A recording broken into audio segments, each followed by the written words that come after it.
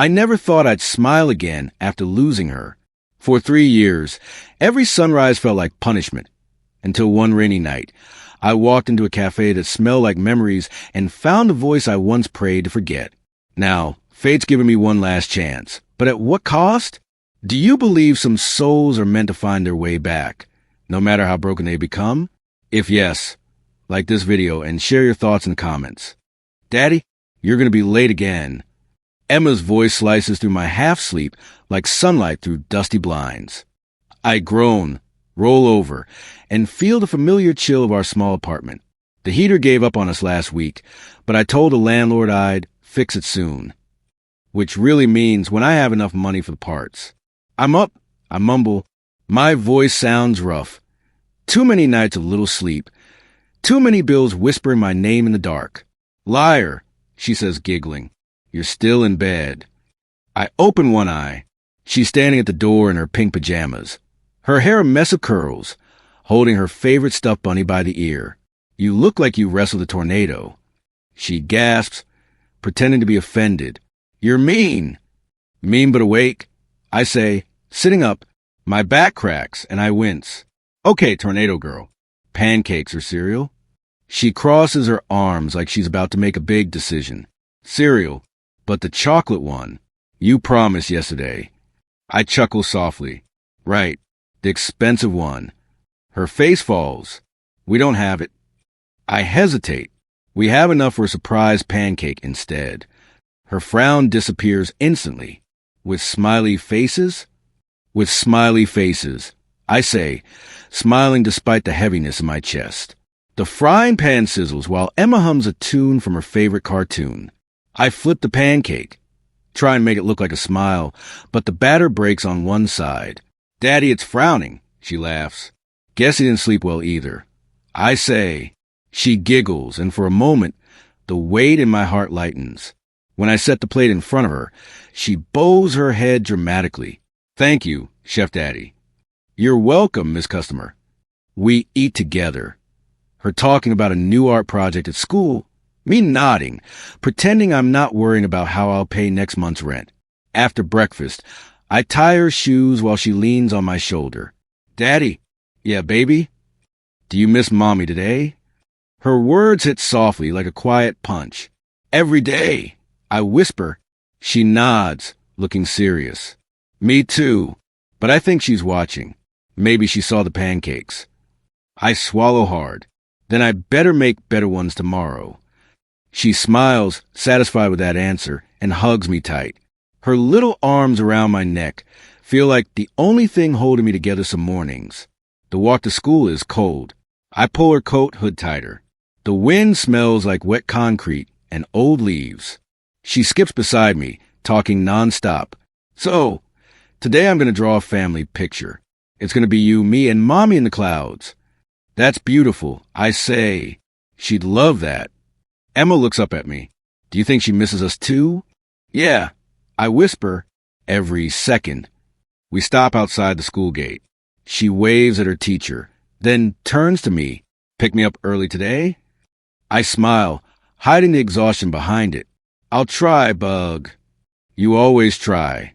She hugs me again, then runs off, her backpack bouncing. I stand there until she disappears through the doors. Then I sigh and walk toward the bus stop, pulling my jacket tighter. The day feels heavier already. The auto shop smells like burnt oil and metal. My boss, Rick, is already barking orders. Ethan, the blue sedan, checked the transmission before lunch. Got it. I call back. My hands already ache just thinking about it. By noon, my clothes are smeared with grease. My stomach growls, but I skip lunch. Saving a few dollars means maybe Emma can have that chocolate cereal next week. Hey, you okay, man? One of the younger mechanics asks. Yeah, I say, forcing a smile. Just another day. But it's not. Every day feels like climbing uphill with no end in sight. When I wipe sweat from my forehead, my reflection in the window stares back. Tired eyes, oil-stained cheeks. A man barely 30 who feels 50. I whisper under my breath. You're doing your best. That's enough. I don't always believe it, but saying it keeps me going. By evening, My hands are raw, my mind empty. I pick Emma up from daycare. She's waving a crayon drawing.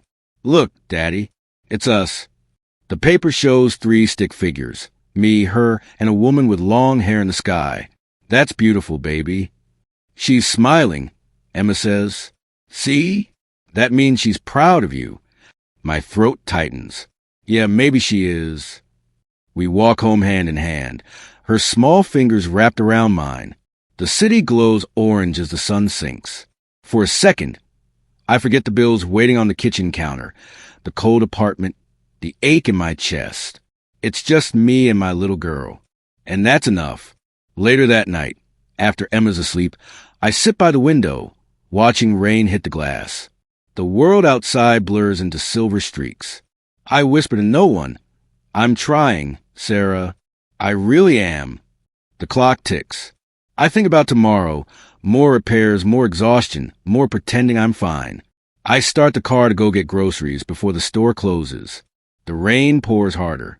My wipers squeak across the windshield as I drive through empty streets, lost in thought. Then, out of nowhere, I notice it, a small, glowing sign cutting through the rain. The Haven Café. Warm light spills through the windows, golden against a cold night. I don't know why, but something about it pulls me in, like a memory waiting to be remembered. I park the car and sit there for a moment, staring. My hands tremble slightly.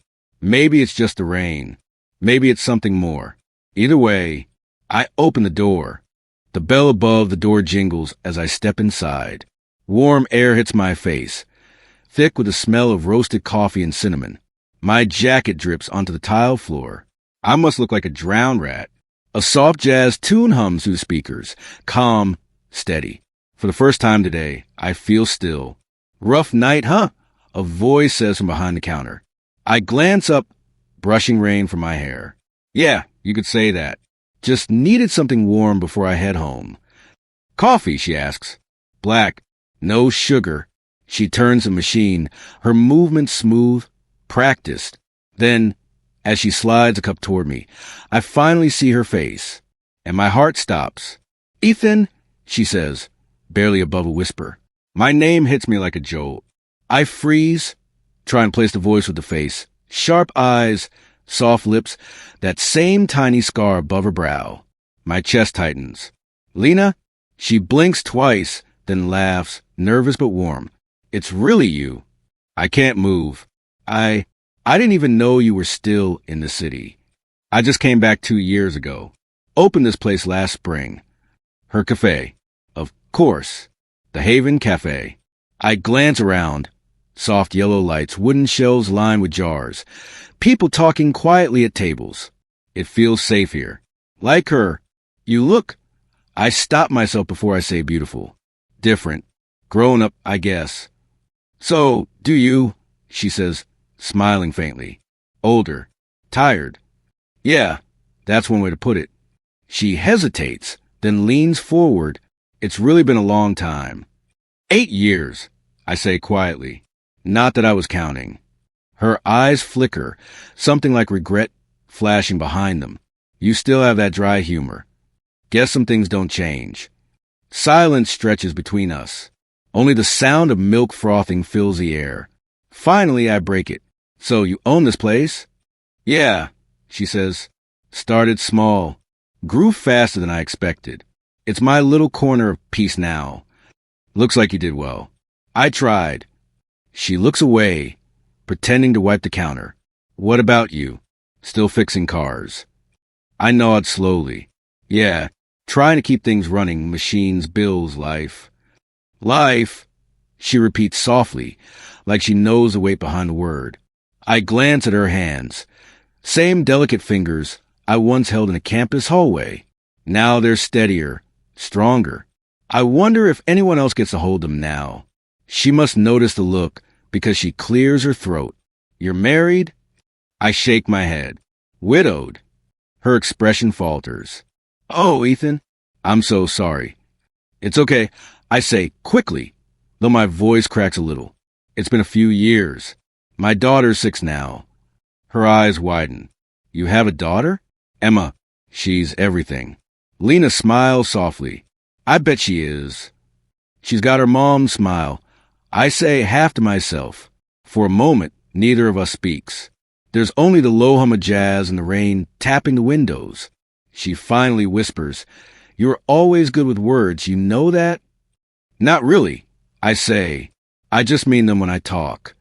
Her laugh is short, gentle. The same laugh that used to make me forget the world. "Still making me laugh," she murmurs. "Still making me remember." I reply before I can stop myself. Her eyes meet mine then, steady, unreadable. I can't tell if she's angry, nostalgic, or just tired.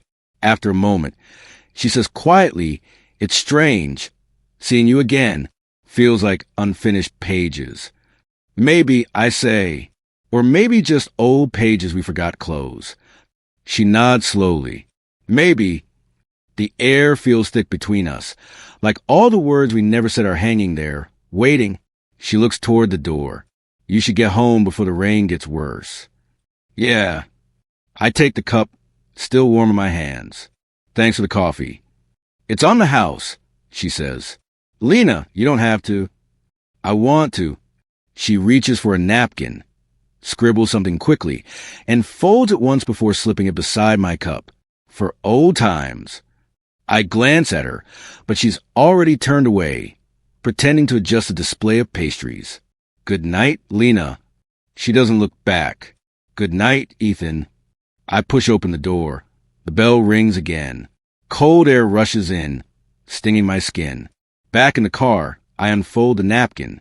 Her handwriting is the same as it was in college. Neat, slanted slightly to the right. "Come back tomorrow. There's something I need to tell you. L." I stare at the words until the ink blurs from the rain dripping off my jacket sleeve. Something she needs to tell me.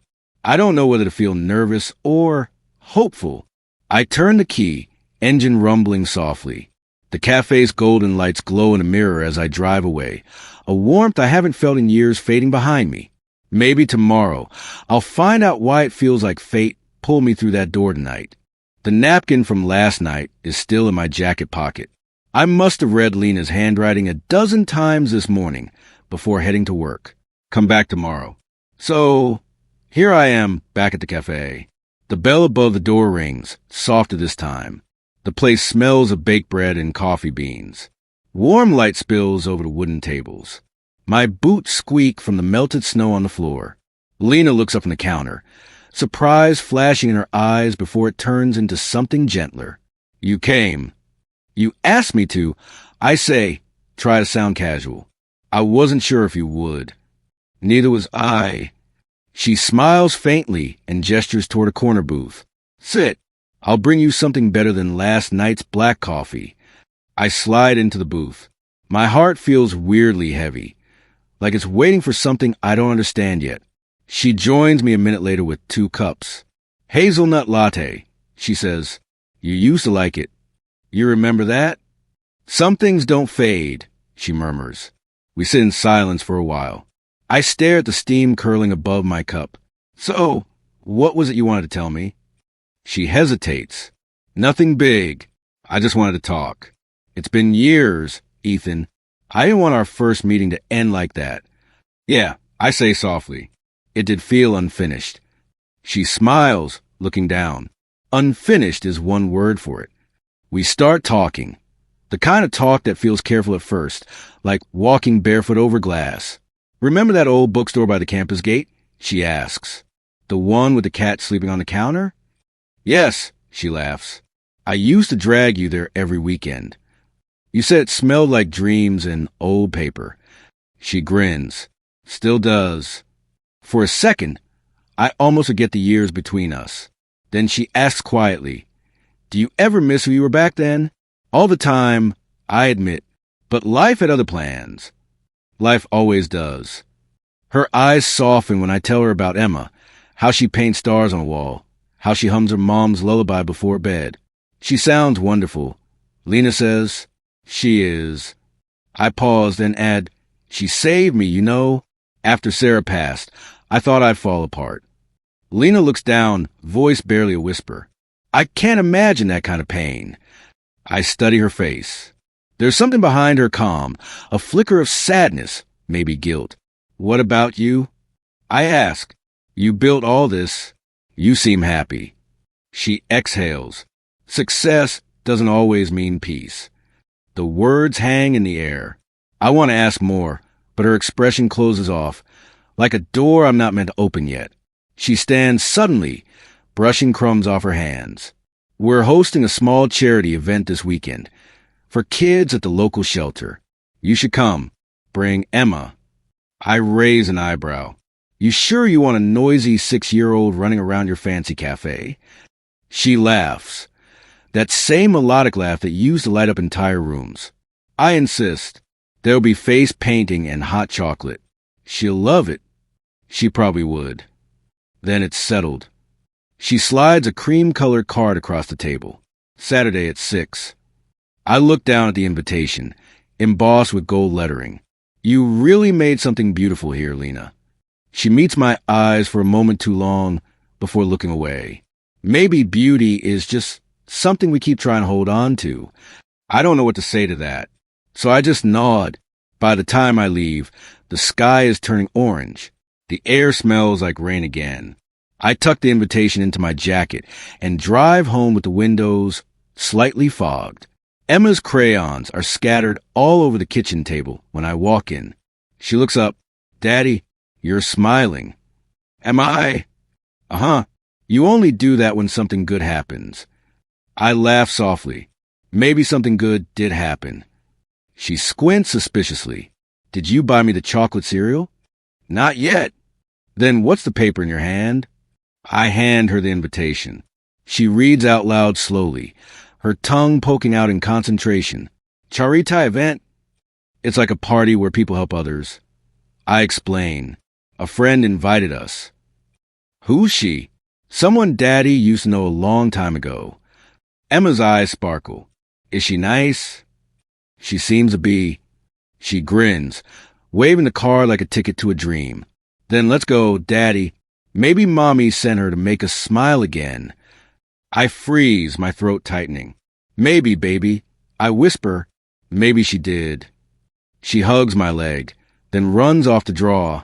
I stand there, holding the invitation, feeling a warmth I haven't felt in years spread quietly through my chest. For the first time in a long while, tomorrow doesn't feel so heavy. Emma held the invitation up to my face the next evening, her eyes sparkling like it was Christmas morning. Daddy, we have to go. Maybe Mommy sent her to make us smile again, she'd said. Now here we were, standing in front of the Haven Café bathed in soft golden light. The rain from the afternoon had stopped, and the air smelled like wet pavement and vanilla. I held Emma's hand a little tighter. My heart felt uneasy, part fear, part something I couldn't name. Ready, champ? I whispered. She nodded, clutching her little purse. Ready. Inside, warm jazz played over the hum of laughter and clinking glasses. The cafe had transformed. Fairy lights wrapped around every beam. Candles flickered on each table, and the scent of roasted coffee mixed with something sweet. Cinnamon, maybe. Ethan! Lena's voice called out. She was by the counter, wearing a deep green dress that shimmered under the lights. Her hair was tied back, and her smile, soft but nervous, made something inside me ache. You came, she said, stepping closer. I rubbed the back of my neck. Emma didn't really give me a choice. Emma giggled and ran to Lena. Your cafe looks like magic. Lena knelt to her level, smiling warmly. Thank you, sweetheart. Would you like to help me pick some cupcakes later? Emma's eyes went wide. Can I? I shrugged, smiling. If you promise not to eat all of them. She laughed and ran off with Lena toward the dessert table. For a moment, I just stood there watching them. Emma's laughter mixed with Lena's, light, easy, familiar. It had been so long since my daughter connected with someone that quickly. I felt peace, something I hadn't felt in years. As the night went on, I chatted with a few guests, local artists, small business owners. Everyone knew Lena. Everyone admired her. But my eyes kept finding her across the room, moving gracefully to the crowd, always smiling, always kind. At one point, she came back with Emma, both of them wearing matching cupcake frosting on their noses. "Daddy, look," Emma said, laughing. "Lena says I'm her helper now." "Helper?" "More like partner in crime," I said, pretending to scowl. "You two make a dangerous team." Lena chuckled. "She's got your energy. That's trouble enough." Her tone was light, but her eyes softened. There was something unspoken in that look, like she saw the man I used to be beneath the tired eyes and grease-stained hands. Then it happened. Emma, in her excitement, twirled a little too close to the main dessert table. Her elbow brushed against a large cake, sending it sliding off the edge. Time slowed. The cake hit the floor with a thud. Gasps filled the room. "Oh no!" Emma's voice trembled. "I didn't mean to." Before I could comfort her, a man in a tailored suit stepped forward, his face twisted with disdain. "Unbelievable. Who brings a child to an event like this? Do you know how much that cake cost?" I straightened, my jaw tight. "She's just a kid. I'll pay for it." He scoffed. "With what?" "Your mechanic salary." The words hit like a slap.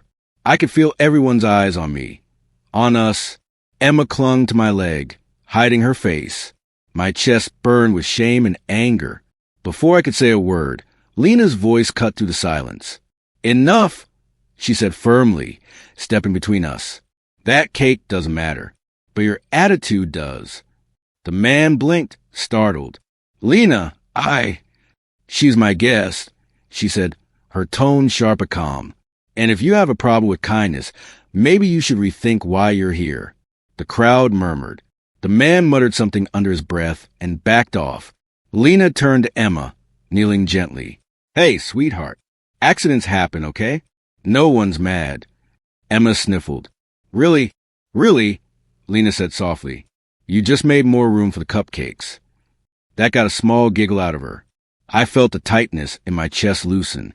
After the event ended, most guests drifted out. I helped Lena clean up the last of the mess, though she insisted it wasn't my fault.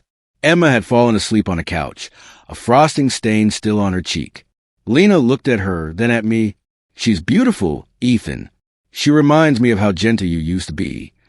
I gave a faint smile. "Life's been rough, but she keeps me going."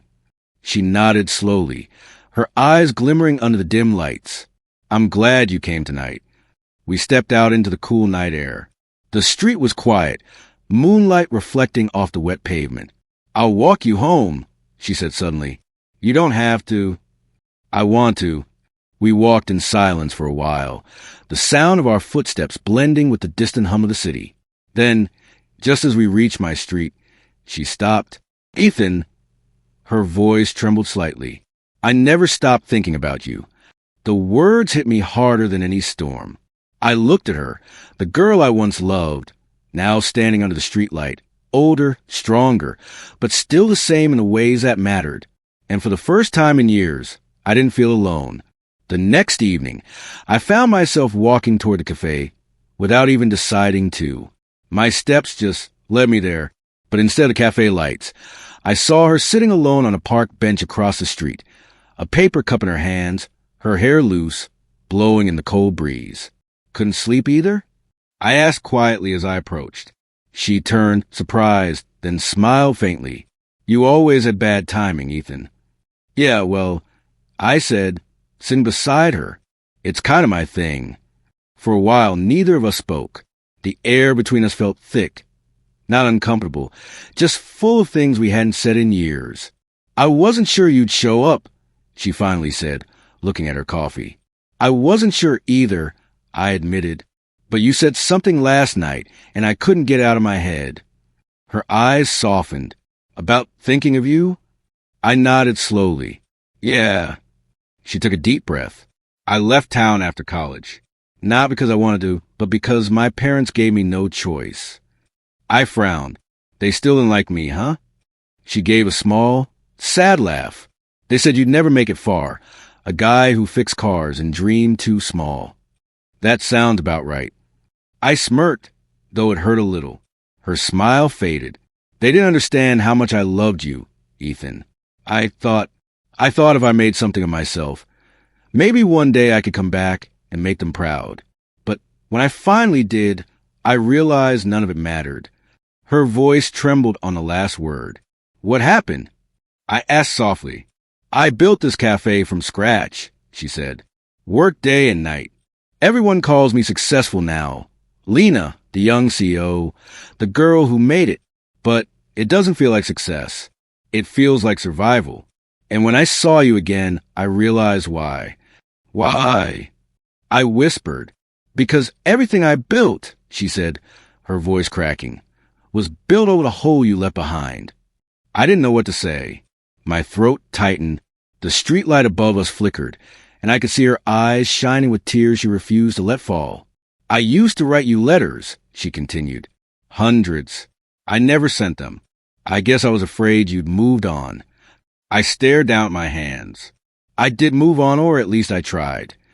Her eyes met mine. Your wife? I nodded. Her name was Sarah. We met a few years after you left. She was kind, patient. Emma's mom. I paused, swallowing hard. But 3 years ago, she got sick. It happened so fast. I didn't even have time to say goodbye. Lena's hand covered her mouth. Ethan, I'm so sorry. I let out a shaky breath. I didn't know how to live after that. The house was quiet. Every sound felt too loud. I couldn't eat, couldn't sleep. I'd wake up expecting her to be there. And then I'd remember she wasn't. My voice broke, and I rubbed my eyes with the heel of my hand. If it wasn't for Emma, I don't think I'd still be here. She saved you, Lena whispered. She did, I said. That little girl, she's my light. Every time I look at her, I see pieces of Sarah, but also something new, something alive. She reminds me that love doesn't really die. It just changes shape. For a moment, all we could hear was a rustle of leaves and the cold wind. Then Lena said quietly, You become the man I always knew you'd be. I gave a small laugh. A broke mechanic living on instant noodles? She smiled. A father who loves with everything he has. That's worth more than money, Ethan. Her words warmed something inside me, a part I'd buried deep under years of guilt and exhaustion. Do you ever think, I asked, that maybe life would have been different if you hadn't left? She hesitated. All the time. But maybe we were meant to find each other now, when we both live enough to understand what really matters. The wind picked up, and she shivered slightly. Without thinking, I took off my jacket and placed it around her shoulders. You're still the same, she said softly. Just older, I said, and a little more tired. She laughed, quietly, beautifully, and for a second, it felt like we were 20 again, sitting by the river behind campus, planning a life that never happened. I looked at her, really looked at her. The glow from the streetlight hit her face just right, soft, gentle, almost unreal. She caught me staring and smiled. What? Nothing, I said. It's been a long time since I felt this calm. She exhaled slowly, her voice barely above a whisper. Me too. We sat there in silence for a while. Neither of us wanted to break the spell. The night stretched around us, heavy with everything said and unsaid. When we finally stood to leave, she hesitated. Then, as I turned to go, she reached out and touched my hand, light, trembling, full of meaning. Ethan, she whispered, maybe we both deserve a second chance. Her fingers lingered for a moment before she let go. And as I walked home under the dim streetlights, my heart felt heavier and somehow lighter all at once. Lena's words, maybe we both deserve a second chance, kept circling my mind for days. I thought about them while fixing engines, while folding Emma's laundry, even while trying to fall asleep at night. I didn't know what kind of second chance she meant, love, friendship, or something I wasn't brave enough to hope for. But life has a way of testing you the moment you start to believe things might get better. 3 mornings later, my boss called me into his office. His face said it before his mouth did.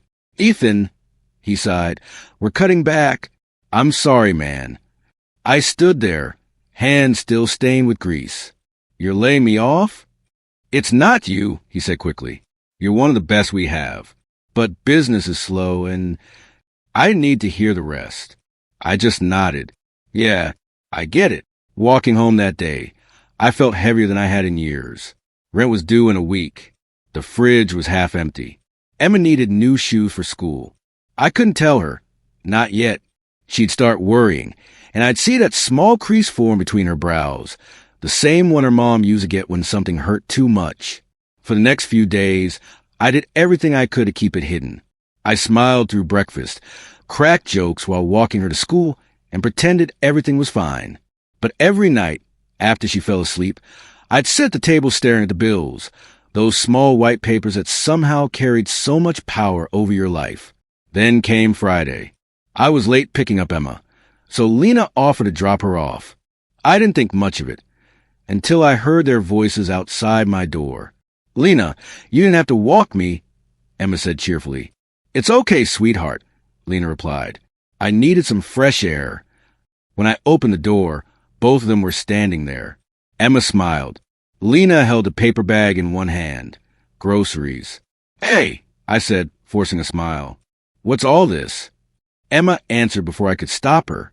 "Daddy lost his job this week." I froze. Lena's eyes softened, but she didn't say anything right away. I gave Emma a gentle nudge. "Why don't you go wash up, kiddo? Dinner soon."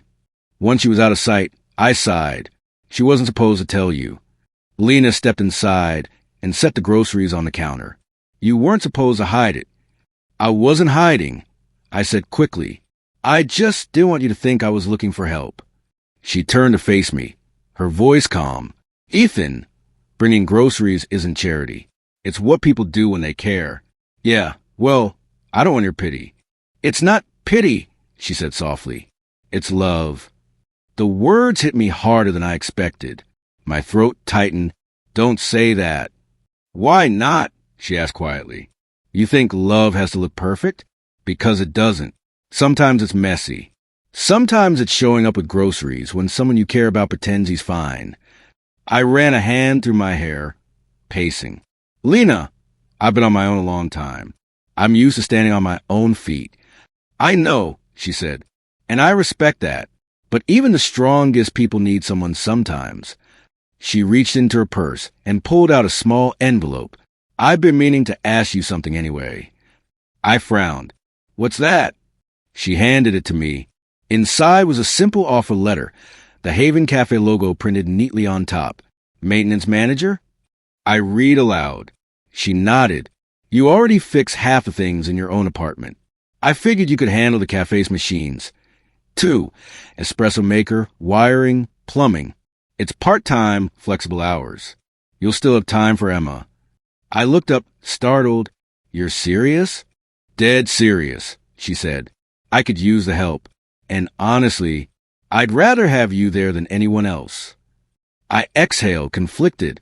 "Lena, I can't just—" "Yes, you can," she interrupted gently. "And you should." Silence filled the room.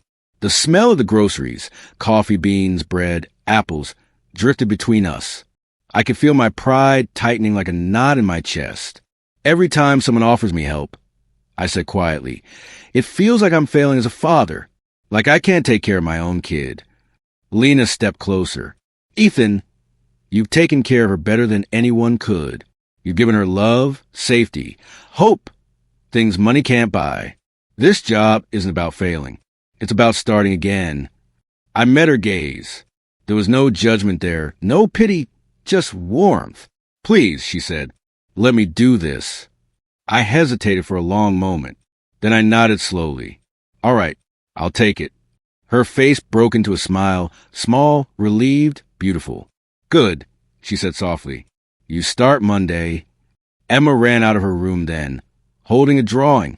"Daddy, look." I drew us and Lena. We're drinking coffee together. Lena knelt beside her. "That's beautiful, Emma. Maybe we'll hang it in the cafe." Emma grinned. "Really, really," Lena said. I watched them, my daughter and the woman I once loved, and for the first time in a long while, I felt something shift inside me. Maybe this wasn't the end of something. Maybe it was the start of something new. Monday came faster than I expected. I stood outside the Haven Café, toolbox in hand, the morning air carrying the smell of roasted beans and rain-soaked streets. The last time I'd been here, it felt like a second chance. Now it felt like something more. Inside, the soft hum of jazz filled the space. Emma was already sitting at her favorite corner booth, crayons spread everywhere. "Daddy, I made a menu just for you," she said, waving a piece of paper. I smiled and walked over. "Let me see." The paper read, "Daddy Special Coffee, $1, smile included." I laughed. "You're going to be rich." Lena appeared from behind the counter, carrying 2 mugs. "I'll take 10 of those," she said with a grin, handing me one. "Careful," I said. "You'll spoil the artist." "She's earned it," Lena replied, brushing a strand of hair behind her ear. "We both have." For the next few hours, I got to work. The espresso machine was leaking again, and the wiring near the counter buzzed like a stubborn bee. Lena insisted on helping, even though she clearly had no idea which wrench did what. "Are you sure that's safe?" she asked as I reached behind the machine. "Safe enough," I muttered, twisting the valve. "Unless it explodes. Then we run." She laughed. A real laugh, not the polite kind she used with customers. I hadn't realized how much I missed that sound until now. Between customers, she'd come over, hand me napkins, talk about the cafe, about how she'd almost sold it once when things got tough. "Why didn't you?" I asked. She looked at me, her voice quiet. Because something told me I wasn't supposed to give up on this place. It felt like it was waiting for something, or someone. I pretended to focus on the machine, but my heart skipped. By late afternoon, the place smelled like warm pastries and cinnamon. The rain outside started again, tapping gently on the windows. Emma drew little hearts on napkins and handed them out to customers, who smiled and thanked her. She found a small family here, and maybe so had I. When the rush died down, I sat at the counter, sipping coffee that Lena had brewed herself. "You know," she said, wiping the counter beside me, "you've changed this place more than you realize." I raised an eyebrow. "All I've done is tighten bolts and patch wires." She shook her head. "No, you brought something back. Before you came, this cafe felt hollow, like it was alive, but not living. Now it laughs again." I looked around, at the lights, the laughter, the faint sound of Emma humming in the corner. Maybe it just needed people who believe in it. She smiled softly. Or maybe it needed you. I didn't know how to respond to that. For a second, I forgot about the coffee machine, the bills, the weight I'd carried for years. I just looked at her, really looked, and realized I hadn't seen her this open before. The woman who once carried the world alone now looked free. She leaned closer. "You fix more than you know, Ethan." Something in her tone made me freeze. The air between us felt different, still fragile. I could hear her breathing, slow and steady, as if she was waiting for me to say something that might change everything. But words failed me, so I just smiled. "Guess I'm better with machines than people." She chuckled softly, though her eyes lingered on mine a moment longer than before. Later that evening, as we cleaned up, Emma ran to me holding 2 mugs. "One for you, one for Lena," she said proudly. "You're both my favorites." Lena bent down. "Thank you, sweetheart. You're our favorite, too." Emma grinned, hugging her before darting off to gather her crayons. I watched the 2 of them, my daughter and the woman I once loved, laughing in a place filled with warmth and second chances. I hadn't realized how much I'd needed this. Not just a job, but a reason to hope again. When the last customer left and the lights dimmed, I started packing up my tools. Lena came over, holding an umbrella. "It's pouring again," she said. "Let me give you a ride." I shook my head. Emma loves the rain. "We'll walk." She smiled knowingly. Still the same Ethan. "Maybe," I said, "but I think I'm finally breathing again." For a while, she just looked at me, the kind of look that made time slow down. Then she said softly, "I'm glad." The rain outside turned heavier, drumming against the glass. I turned to lock up the back door when I heard it. The sound of the front bell jingling. A tall man in a gray suit stood in the doorway, water dripping from his coat. His expression was cold, businesslike. "Lena," he said, voice sharp, We need to talk. Now. Her body tense beside me. Who's that? I asked quietly. She exhaled shakily. My ex-business partner. I didn't like the way he looked at her. Like he owned something. Looks like trouble, I muttered. She gave a small, worried nod. You have no idea. The sound of that man's voice still echoed in my head long after he left. I'd seen fear before, in war and hospitals and mirrors, but the way Lena's hands trembled that night felt different. It wasn't fear of losing money. It was fear of losing everything. The next morning, I found her sitting at one of the cafe tables, her head in her hands, papers scattered like fallen leaves. He took it all, she whispered. My accounts, suppliers, even the logo rights. I signed everything trusting him. I crouched beside her.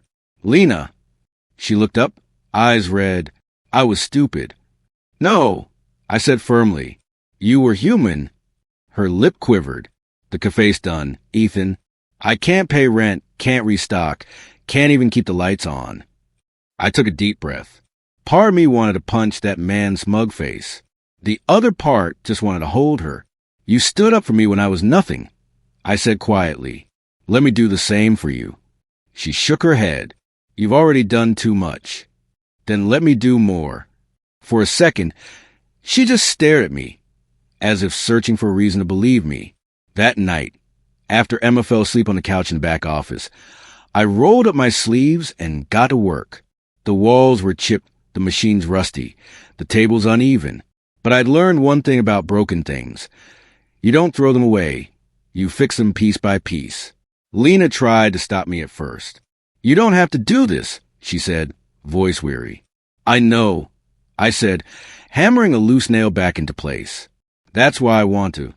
She sat nearby, hugging her knees, watching me silently. There was something raw about her in that moment. No businesswoman mask, no polite smile. Just Lena.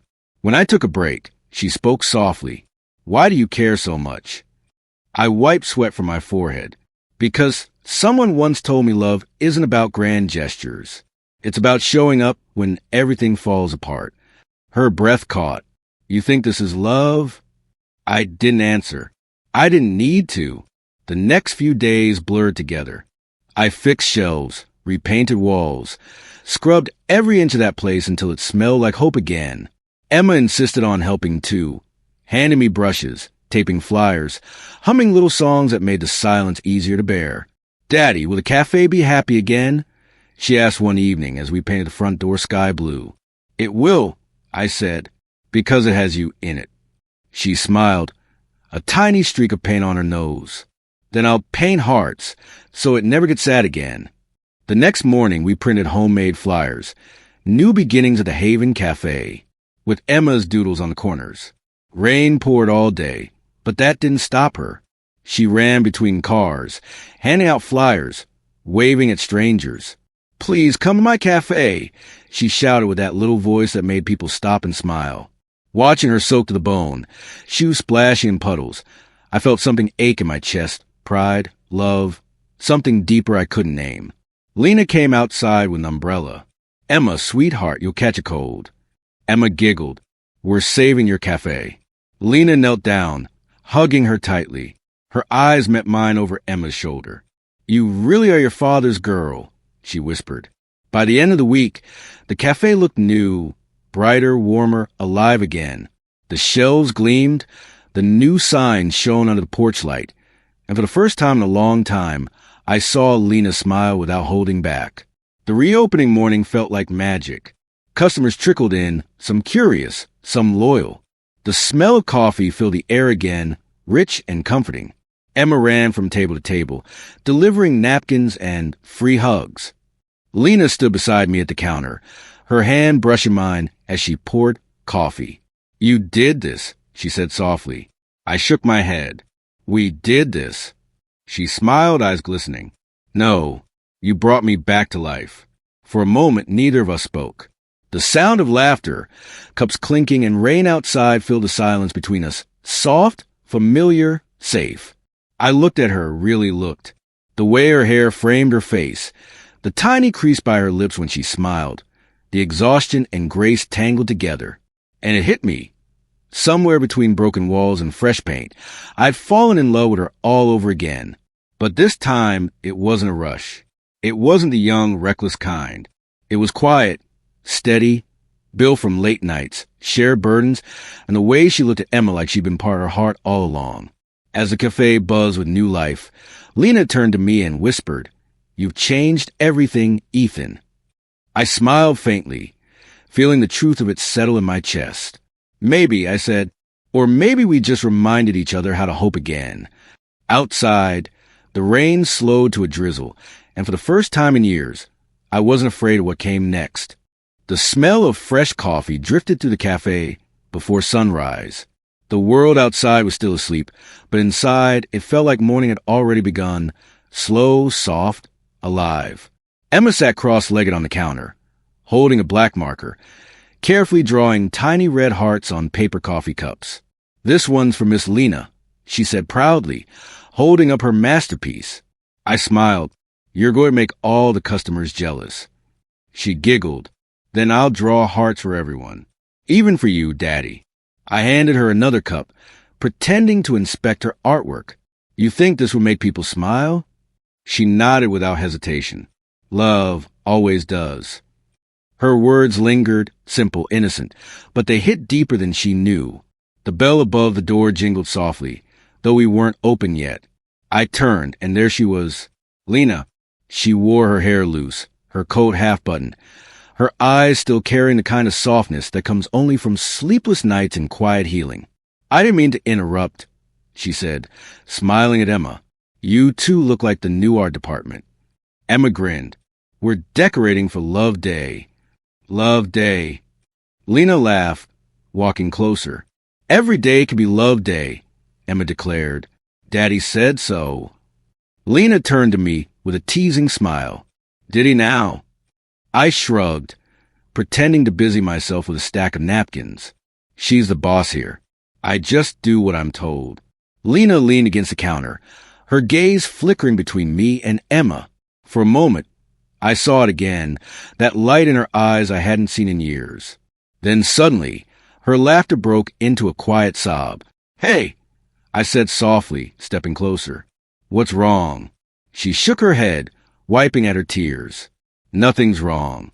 It's just, I forgot what this feels like." "What feels like?" I asked. She looked up at me, eyes shining. "Home." Something inside me broke open at that word.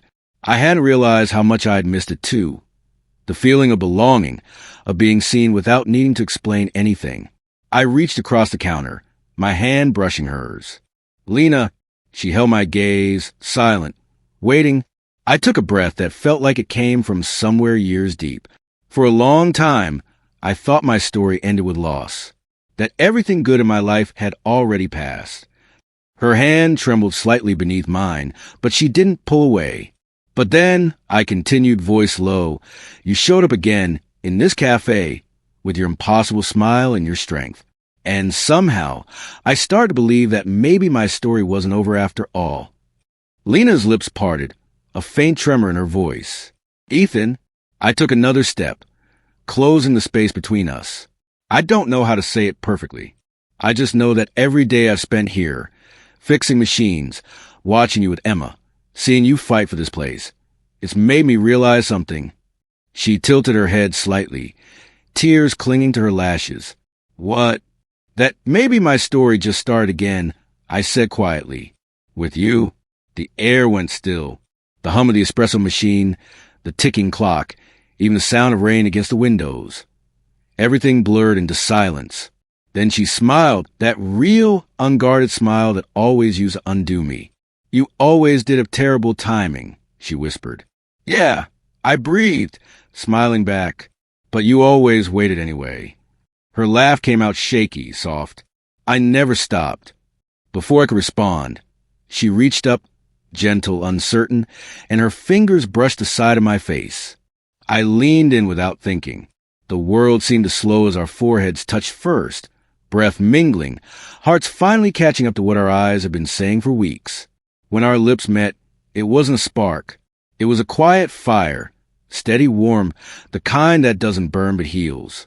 Emma's voice broke the silence. Ew. We both pulled back, startled and laughing.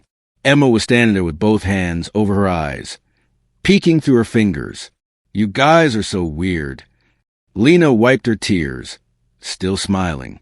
You think so? Uh-huh, Emma said, but happy weird. She jumped off the counter, grabbed one of her heart-covered cups, and handed it to Lena. Here, this one's for you. Lena crouched, accepting it with a trembling smile. Thank you, sweetheart. Emma looked at both of us, then said something that made my chest ache in the best way possible. Mommy always said love finds us when we stop trying to be brave. Lena glanced at me, and for once, neither of us had anything left to hide. I picked Emma up, kissed her forehead, and looked around the cafe. Our cafe, glowing in the morning light. The smell of coffee, the laughter still echoing, the faint trace of rain outside.